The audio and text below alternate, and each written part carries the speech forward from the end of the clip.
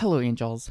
Welcome back to the update that we do every couple of few times a year when I remember to. 2 months ago, I talked new releases that I reviewed on my blog from the months of July and August, and now I am back for what will probably be the last update recap video of 2024, covering the months of September and October. And I'm going to play it to a pretty typical format. I am going to start off with some of the records that disappointed me the most in the past 2 months, followed by some of the biggest and most talked about albums, and then concluding with my favorite stuff that dropped in the past 2 months. Sound good? Let's do it.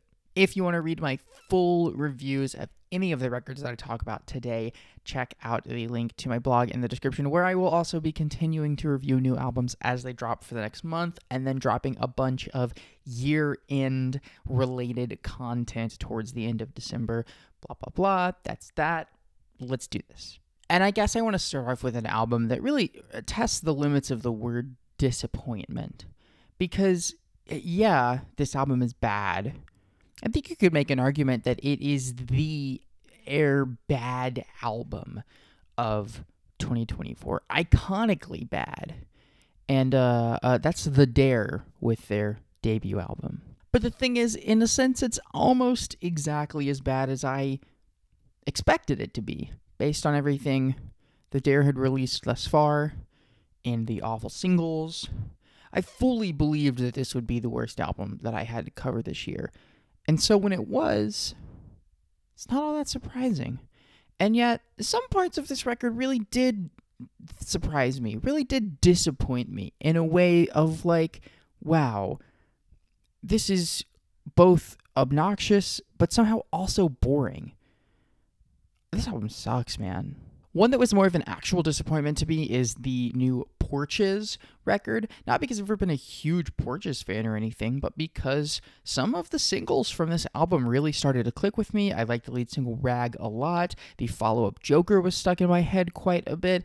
Those tracks really never left my rotation, so when the record itself came out, I was looking forward to it, and there really just isn't a whole ton else here. From the really weird ideas and genre experiments that don't pan out at all, to the tracks that try to do something similar to the singles, but with none of the bite or the edge, I just was really surprised by how few of these deep cuts I enjoyed even a little bit, which is unfortunate because I was hoping this could be the first Porches album in a while that I really liked.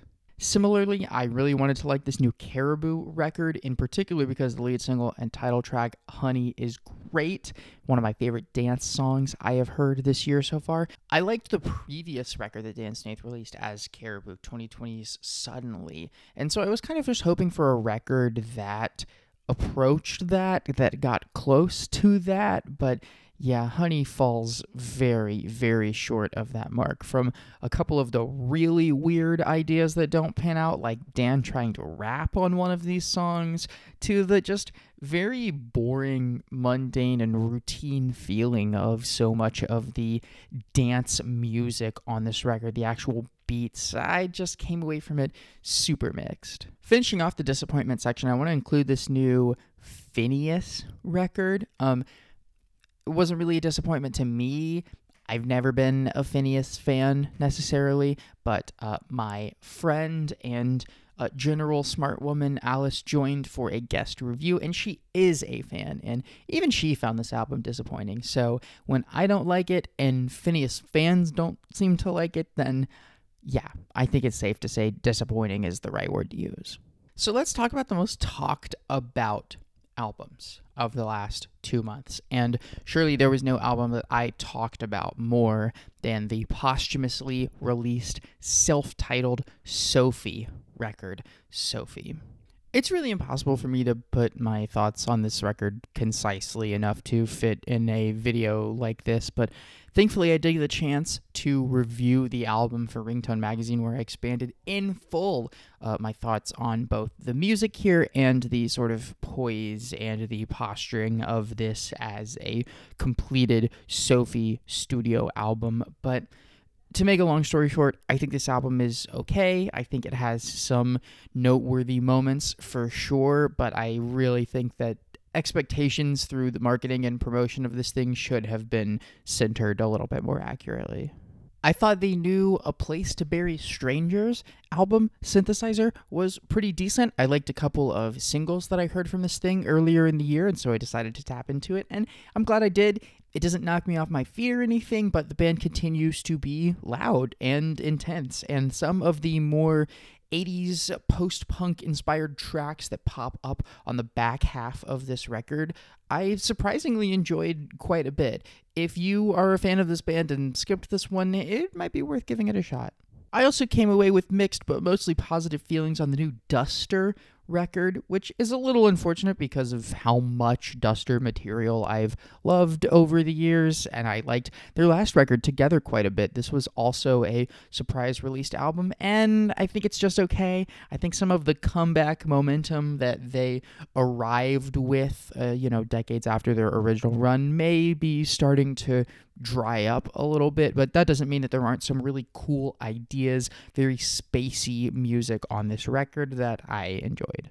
The new Foxing album, self-titled Foxing, probably my favorite thing that this band has done in quite a while. Especially after their previous record took a turn for this really garish, bloated arena rock style that just rubbed me the wrong way from start to finish, really. I think this is a huge improvement. I love how gritty this record is. I love how intense it is. I love that it is willing to sort of stand on business and follow its wildest and most brash ambitions, be it across very long songs or short but throttlingly intense ones.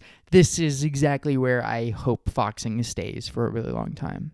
I also found myself mostly enjoying this new Colin Stetson record, The Love It Took to Leave You. I think Colin has been on a bit of a creative streak for, maybe his entire career, but in particular, just last year, he hit us with a really, really fascinating new record, and while I'm not sure this one hits quite all of the same notes, it is a very brooding record, a very dark record, one that reminds me a lot of some of Colin's horror movie soundtrack work crossed over with some of the really interesting physical saxophone mannerisms in terms of playing and recording that he has developed across his solo career of playing his own compositions, and it all coming together is really interesting.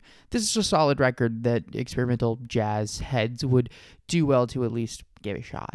And shoegaze heads, there is a good chance you've probably already heard the debut album from LA shoegaze outfit Julie, my anti-aircraft friend. They have been making quite a bit of noise this year. I like this record. I wouldn't say I was head over heels for it. It's extremely obvious where the band's influences are coming from, and the attitude that they have can at times get a little difficult to stomach, but for the most part, I think this is a pretty strong start for the band and one of the better debut albums I've heard this year.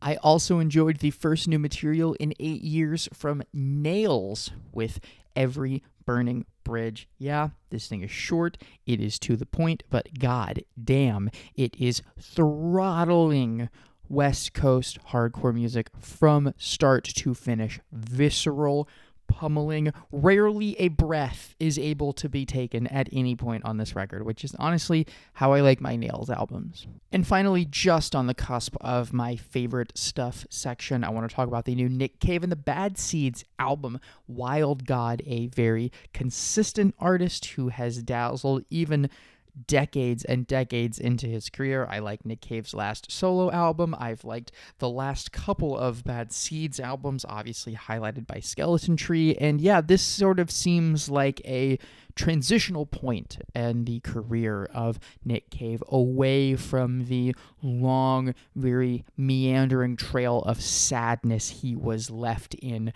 following tragedy that inspired records like Skeleton Tree and Ghosteen. And what he reemerges with is something that is so interestingly written and so wildly experimental in its ambitions, but man, the results are just fun and interesting and captivating. Captivating really is the way that I would put a lot of the best material on this record.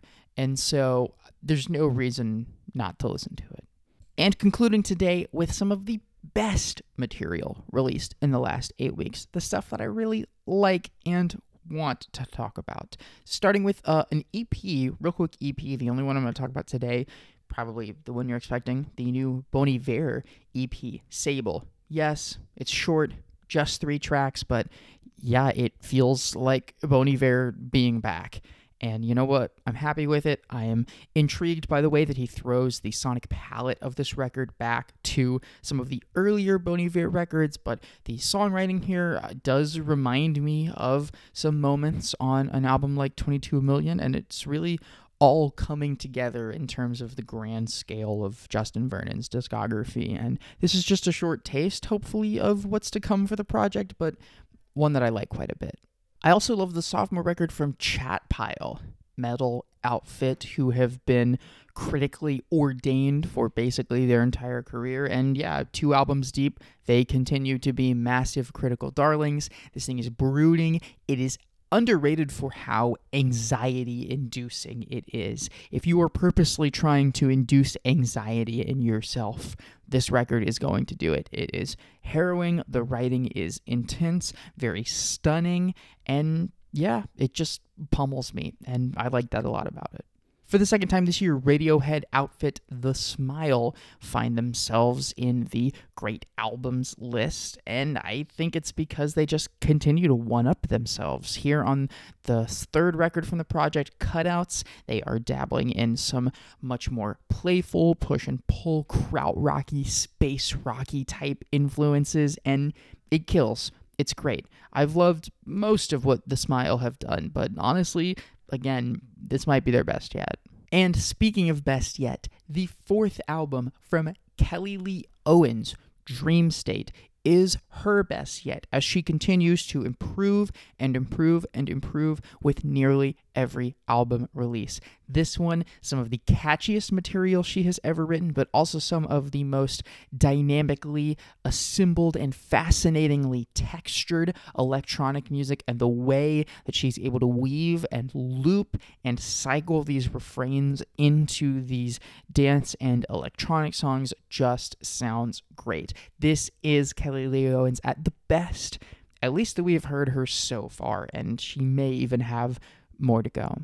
In the realm of ambient jazz, keyboardist and producer Nala Sinefro returned with her sophomore album, Endlessness. I liked her debut a few years ago quite a bit, and I like this one even a little bit more, I think. Once again, she is delivering these really interesting, minimal but playful and textured and dynamic compositions that I like quite a bit. This record, while sometimes minimal in its presentation, never feels slow or dry or uninteresting, and I think it's a really impressive line to walk. Speaking of, another big improvement, this time from Nilüfer Yanya, whose new album is fantastic. I didn't love her last record quite as much as everybody else did, but I saw a lot of potential in it, and wow, is that potential fully realized on this album that just makes these very cold synthetic beats and soundscapes come to life with the strings and guitar on this record, and of course Nilüfer's own vocals. It is a really compelling dynamic. I loved a lot of the singles from this record, and man, there are some deep cuts that build on it delightfully. This is quite a strong record, and one that continues to grow on me every time I hear it. It has been a long time since we last heard from Clarence Clarity, and yet on his new album Vanishing Act 2, he sounds like he has not missed a beat, picking up where he left off with these dense and whirlwind compositions of electronic pop music extravaganza, over which he continues to be one of the catchiest songwriters I have ever heard in my life. The details, in terms of literal details on this album, are a little bit scant, but the vibes, my God. Clarence Clarity, as a connoisseur, if you will, of vibes, is in his fucking bag. Also, unsurprisingly, loving what Shushu did on their new record, very much in the style of 2017's Forget, which I think a lot of people saw as kind of a new era for Shoo Shoo. And yeah, this is sort of a spiritual successor in the sense that it also comes with all of the insane chaos that the band has picked up in the years since. This is a harrowing record at times, but also one that is just so catchy, unbelievably catchy, and yet it is weaved into the biting, shrill, harsh, and insane world of Shoo Shoo perfectly. Second to last, I got to shout out probably my favorite dance music release of this year so far, Jamie XX's In Waves, a really interesting album that gets more and more interesting every time I hear it. And it's crazy that it's been 9 years since his debut in Color, and he continues to make really dynamic, really conceptually interesting electronic music, even singles that I wasn't head over heels for at the time they came out. I love within this track list, and wow, there are a couple world-class deep cuts, and it all comes together into a fascinating, wonderful, vibrant little collection of dance songs that I have found completely irresistible. And honestly, it's probably going to land in my top 10, if not my top 5 favorite records of the year. That's how much I like this thing. And yet, there was just one record released in the past 2 months that I liked even more. The last record I want to talk about today, and it is the untitled new album from Godspeed You, Black Emperor. Legendary Canadian post-rock outfit returns with their first new album in a few years, and wow, is it just a stunner. I think in a band who already has some truly remarkable moments under their belt, this can go toe-to-toe with almost anything. Swelling post-rock crescendos, perfectly placed and timed samples and vocals, and this overwhelming feeling and sensation of apocalyptic destruction that eventually reaches this point of rebuilding that is so reaffirming of the human spirit and the way that this record concludes. It is such a grand, such a harrowing emotional experience told through this bombastic, massive post-rock. The sound palette of this record is fantastic. The instrumentation and the performances sound so great, and the musicians play off of each other so well. The immense talent of Godspeed You, Black Emperor, combined with their ability to craft this post-rock music that sounds and fits so well within the universe that they are speaking to, the political state of society that they are speaking to with the music, and in this case, talking directly through the description and the album title here about the ongoing genocide in Gaza. It is amazing what this piece of art is capable of making me feel. I think it's an astounding achievement. I think it's one of the best things I've heard this year. And I kind of think even if you're the type of person who wouldn't normally put on this massive instrumental post-rock record, it's worth a listen. And it's worth a read of what the band has to say about why these songs sound like they do and what inspired them, because it only adds to the thematic grandeur of what they deliver with this record. I think it's spectacular. And that's it for me. A bunch of albums you should listen to, and some you absolutely should not, under any circumstances. And in a few weeks, months, etc., I will be back assembling a ton of year-end related content, both on my blog and right here on this little channel. So stay tuned, tapped into both of those. Follow my Instagram, which is where I'll be announcing everything, and send me a little kiss. Mwah.